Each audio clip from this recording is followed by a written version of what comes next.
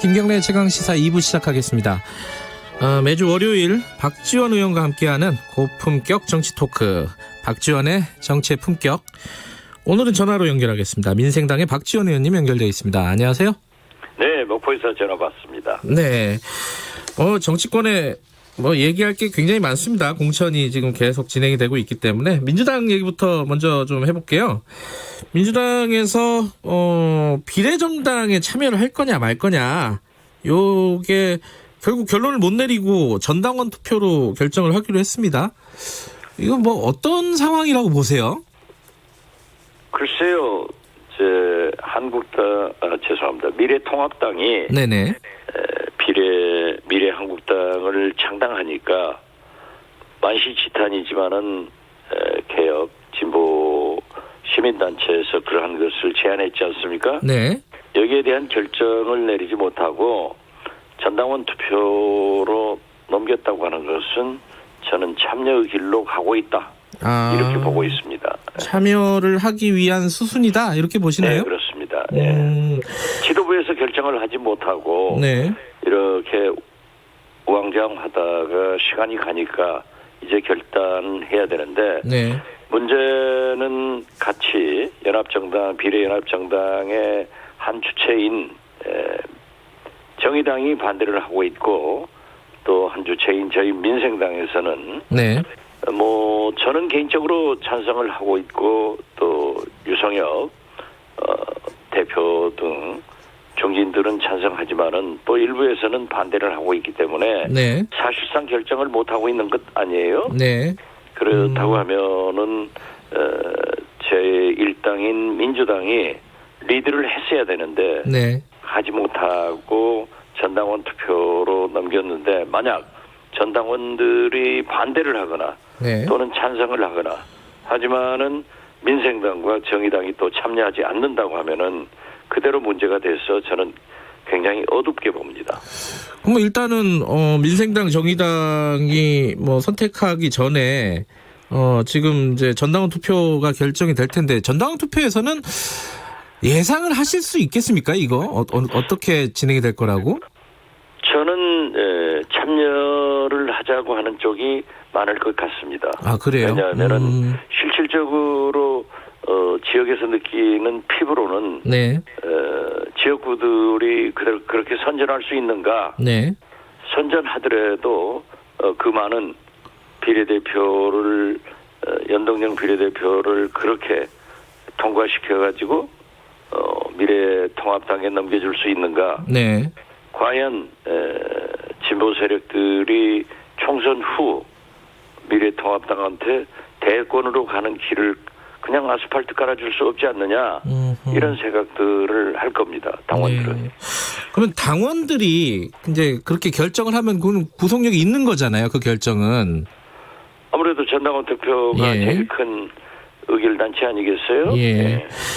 근데 이제 말씀하신 대로 이게 약간 계산이 복잡할 겁니다. 왜냐하면 비례연합정당에 민주당이 참여를 할 경우에는 비례 의석은 어느 정도 확보할 수 있을지 모르지만 지역구에서 좀 표가 떨어지지 않을까라는 걱정도 하지 않겠습니까? 민주당 입장에서는? 아무래도 명분을 상실했기 때문에. 그러니까요. 또 지금까지 미래한국당이 창당할 때 네. 민주당에서 가진 비난을 했거든요. 네. 그리고 사실 그게 맞는 거죠. 그렇지만은 잘못은 미래한국당이 만들어냈지만은 또 이런 꼴이 되니까 말할 수가 없죠. 근데 이제 민주당 전당원 투표 결과에 따라서 이제 정의당은 일단은 안 한다고는 했는데 바뀔 수 있겠습니까? 정의당의 입장도 민주당의 결정에 따라서? 글쎄요, 심상정 대표를 만나보니까 네네. 아주 완강하더라고요. 아하. 절대 참여할 수 없다. 네. 이건 꼼수다.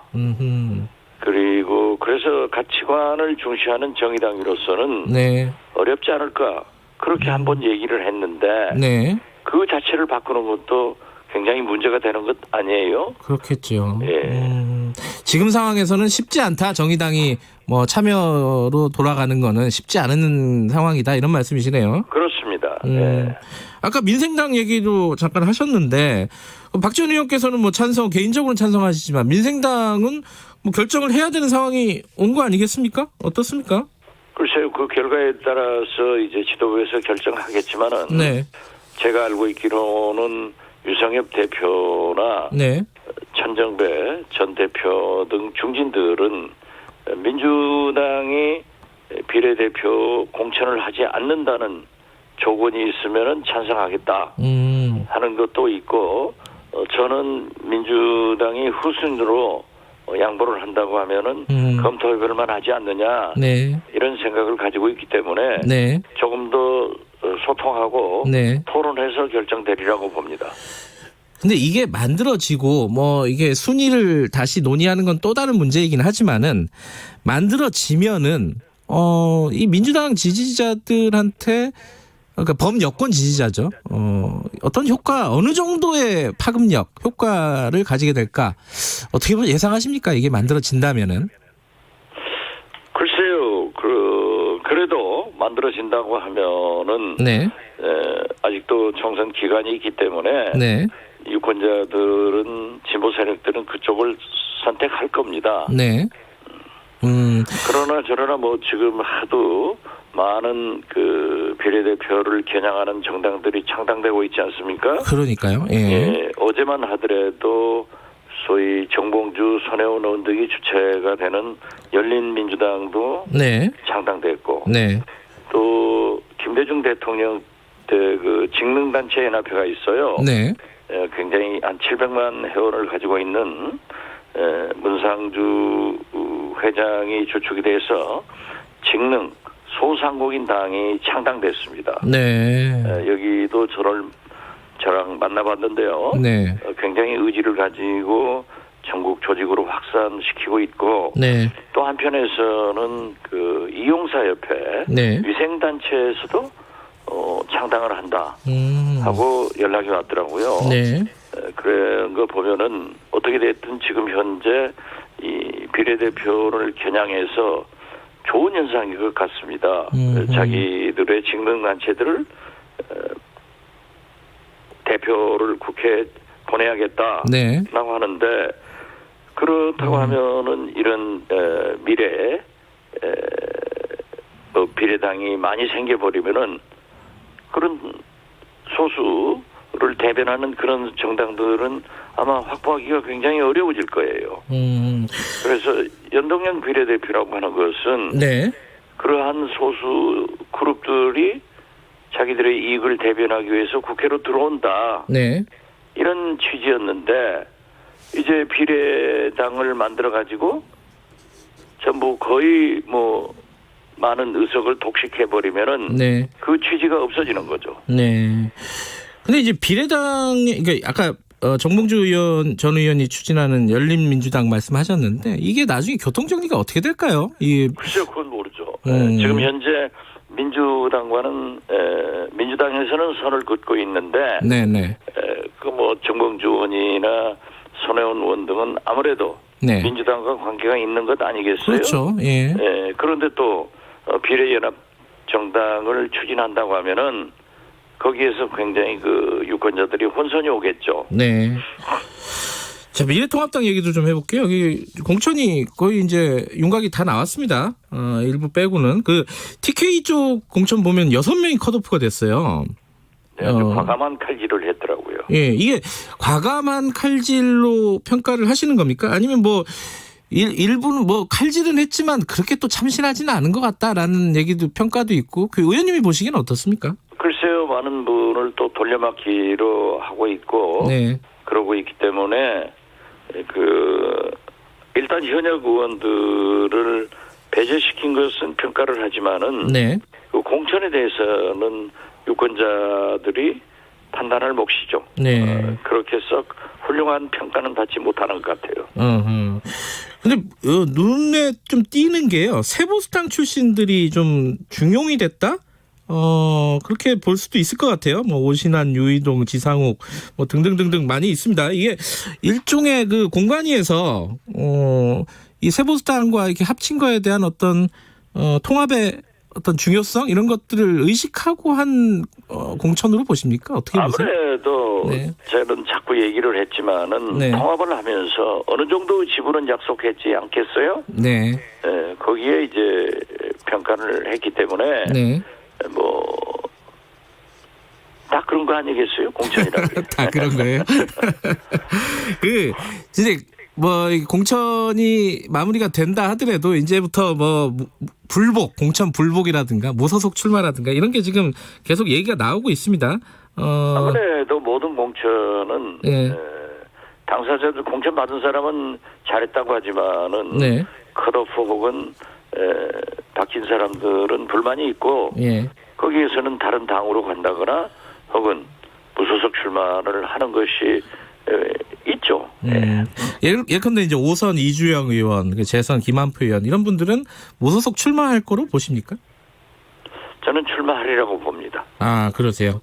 홍준표 전 대표는 어떻게 갈 것 같으세요? 어디로 출마를 할 것 같다는 게 지배적인 예상인 것 같은데 어디냐가 또 중요하잖아요. 저는 자꾸 말씀드렸지만은 네. 홍준표 전 대표가 그대로 사라질 분은 아닙니다. 아, 네네. 그렇기 때문에 저는 출마하리라고 보고 네. 아무래도 지금 현재까지는 명분상 양산에서 오늘 기자회견 한대죠. 네. 그런다고 하면은 양산 바이 고향 저는 어쩐지 대구로 갈 것 같습니다. 대구로요? 네. 창녕, 밀양 이쪽이 아니라 대구로 갈 것 같다는 말씀이세요? 고향 창녕 밀양 그쪽 아니면은 네. 대구로 갈 것 같은데 저는 대구로 가서 네. 정면으로 소위 그 미래통합당의 심장인 네. TK에서 공천의 부당함을 시민들에게 호소한다고 하면은 이 TK에서는 많은 친박들이 칼질도 당했지만은 네. 또 굉장히 혼란스러워요. 네. 친박들이 또 공천도 많이 받았어요. 네. 그렇기 때문에 그러한 것들을 심판하면서 당당하게 대결하지 않을까 그런 생각 같습니다. 이거는 좀 얘기를 들으신 게 있으신 모양인데요. 이렇게 자신 있게 말씀하시는 거 보니까. 제가 지금 목포에 있는데 어떻게 무슨 전화 안 받고 어떻게 들었겠어요. 대구 어디로 갈 것 같습니까? 거기까지만. 그 전에 달성군 위원장을 했잖아요. 예. 네. 아, 그쪽 달성 쪽으로 갈 것 같다. 네. 예. 알겠습니다. 김태호 전 지사는 이분도 이렇게 사라질 분이 아니라고 보십니까? 김태호 전 지사는 네. 뭐 무소속으로 자기 고향 찾아간다고 했으니까 네네. 원래 고향 아니에요? 예. 그렇기 때문에 그 자리에서 무소속 나오겠죠. 승산이 얼마나 될지 예상을 하신다면요? 글쎄요. 그렇게 승산은 높지 않을 겁니다. 아, 그래요? 아, 알겠습니다. 다른 얘기 잠깐 여쭤볼게요. 그 박근혜 전 대통령 옥중 편지 지난주에 이제 쓱 나왔습니다. 이게 공천에 영향을 줬다고 보십니까? 영향 줬다고 저는 생각하지 않습니다. 결국 네. 옳지 못한 일을 했기 때문에 네. 감동도 주지 못하고 네. 미동은 줬지만은 효과가 뭐예요? 결국 박근혜 대통령에 대해서는 네. 국정농단의 책임을 지고 네. 구속 혹은 구속돼서 재판 중에 있다고 하면은 네. 먼저 반성과 사과를 해야지. 네. 그렇게 정치에 개입하는 것은 또 역사를 무시하는 것은 시대 정신을 버리는 것은 국민들로부터 도저히 용납할 수 없기 때문에 네. 저는 처음부터 이건 잘못이다 했는데 역시 국민은 굉장히 현명한 것 같습니다. 그러니까 감동도 주지 못했고 미동만 좀 줬을 뿐이다.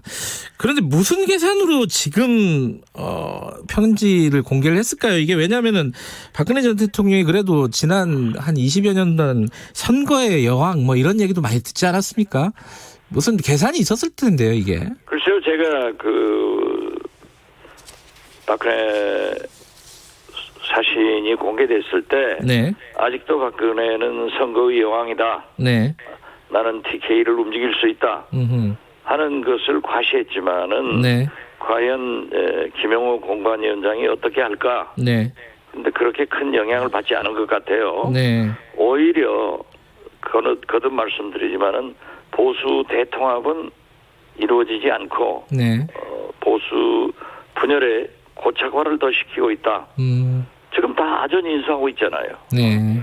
거기에다 메신저인 유영하 변호사는 미래한국당에다 공천 신청한다고 하면은 네. 그 자체가 코미디 아니에요? 알겠습니다. 이 그 계산처럼 그렇게 큰 영향을 주지는 못할 것 같다라는 분석이신 것 같은데. 지금 못하고 있죠. 예. 자, 코로나 얘기도 잠깐 해야 될 것 같습니다. 코로나 얘기 하기 전에 이 지금 코로나 사태가 진행이 되면서 이재명 경기도지사의 어떤 지지율이라고 할까요? 이게 굉장히 많이 올랐습니다. 구체적인 숫자는 얘기하면 좀 복잡해지니까 이낙연 전 총리에 이어서 차이는 좀 있지만은 황교안 대표를 넘어선 이런 숫자가 나왔습니다. 이 어떻게 보십니까, 이거는? 이재명 지사가 아무래도 코로나 대책에 대해서 과감한 네. 그런 대책을 내놓고 집행하니까 네. 국민들의 불안이 역시 이런 위기 때는 저렇게 과감하고 한 그러한 대책을 집행하는 그런 지도자가 필요하다. 그런 생각에서 2위로 껑충 올랐고 상당히 긍정적 효과를 받고 있다. 저는 그렇게 봅니다. 예를 들어 종교 집회 전면 금지, 긴급 명령 이런 것들을 검토해야 된다. 이게 이재명 지사의 얘기인데 이게 좀 과한 포퓰리즘이 아니냐 이런 비판도 있어요. 이건 어떻게 보십니까? 과한 포퓰리즘이라고도 볼 수 있겠지만은 네. 지금 현재 코로나19 네. 환자들이 급증할 때 네. 국민들은 그러한 조치를 바랬기 때문에 나타나는 거죠.